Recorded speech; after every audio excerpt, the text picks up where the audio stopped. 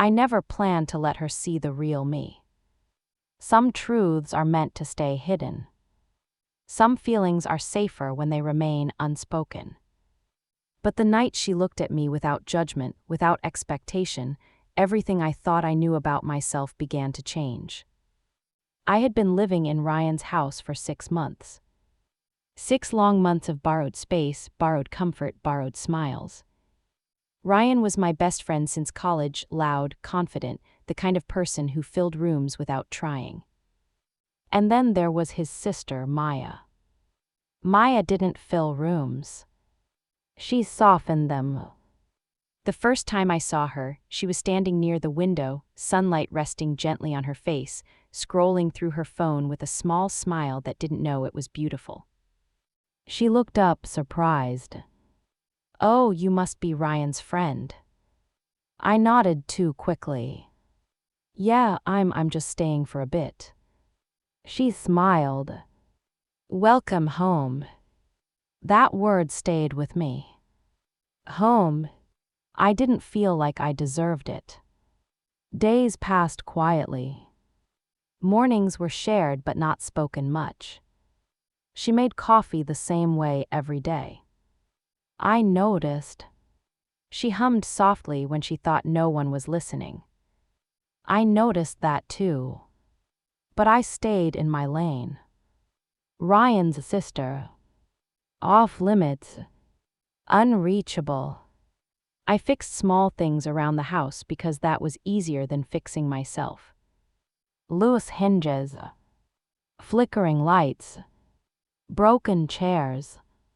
I kept my head down and my emotions buried. One evening, Ryan rushed out with his phone pressed to his ear, laughing loudly. "Bro, I'll be back late, don't wait up." The door closed behind him, leaving the house unusually still.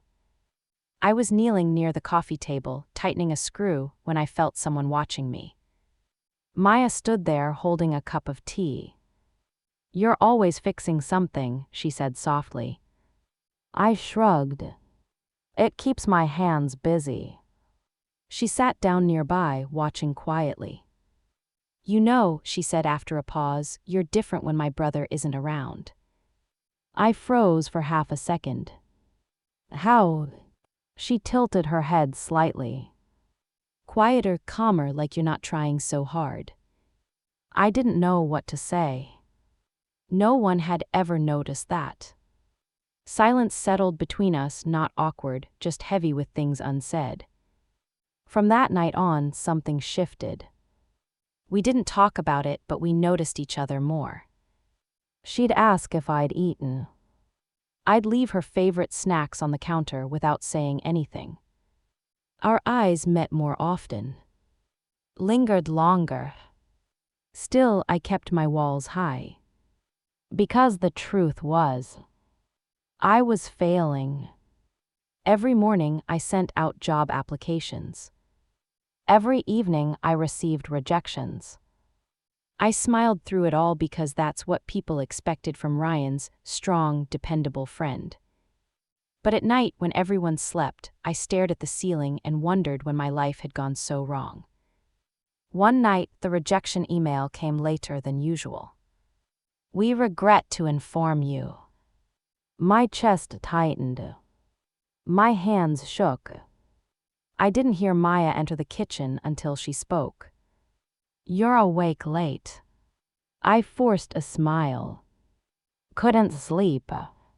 She walked closer, her eyes scanning my face, the phone clenched in my hand. "That look," she said quietly. "That's not just insomnia." I laughed weakly. "Guess I'm not a good actor." She sat across from me, folding her hands gently. "You don't have to pretend with me." Something cracked.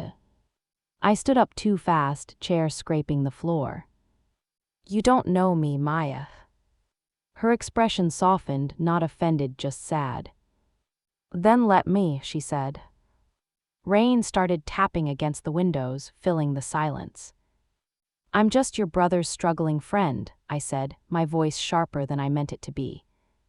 "That's all I'll ever be." Her eyes shimmered. "If that's how you see yourself," she whispered, "maybe I was wrong." She walked away. Her door closed quietly, but the sound echoed inside me. That night I didn't sleep. The next morning, Ryan stood in front of me, arms crossed, face unusually serious. "What did you say to my sister?" My stomach dropped. "Nothing bad," I said quickly. "She cried," he replied. The words hit harder than any rejection email ever had. "She told me everything," Ryan continued. "How you hide, how you think you're not enough." I stared at the floor. "She didn't fall for the mask," he said gently. "She fell for who you are when no one's watching." I didn't respond. Because for the first time, I realized something terrifying. She had signed me, and I had pushed her away. That evening, I found her on the rooftop, watching the sunset alone. The city glowed softly around us. "I'm sorry," I said. She didn't turn. "I'm scared," I continued. "I've spent my whole life pretending I'm strong by staying silent, but the truth is I'm terrified of being seen." She finally faced me, tears in her eyes. "I didn't want perfect," she said. "I wanted honest." My voice trembled. "The night you saw the real me, I panicked, because if you rejected that version, I wouldn't survive it." She stepped closer. "And if I accepted him?" I looked at her, really looked, and for the first time I didn't hide. "I don't have everything figured out," I admitted. She smiled through her tears. "Neither do I, maybe that's why we make sense." She reached for my hand.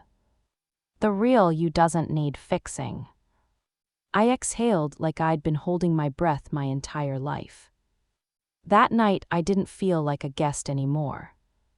I felt like I belonged. Not because I was strong. Not because I was successful. But because someone saw the real me. And chose to stay.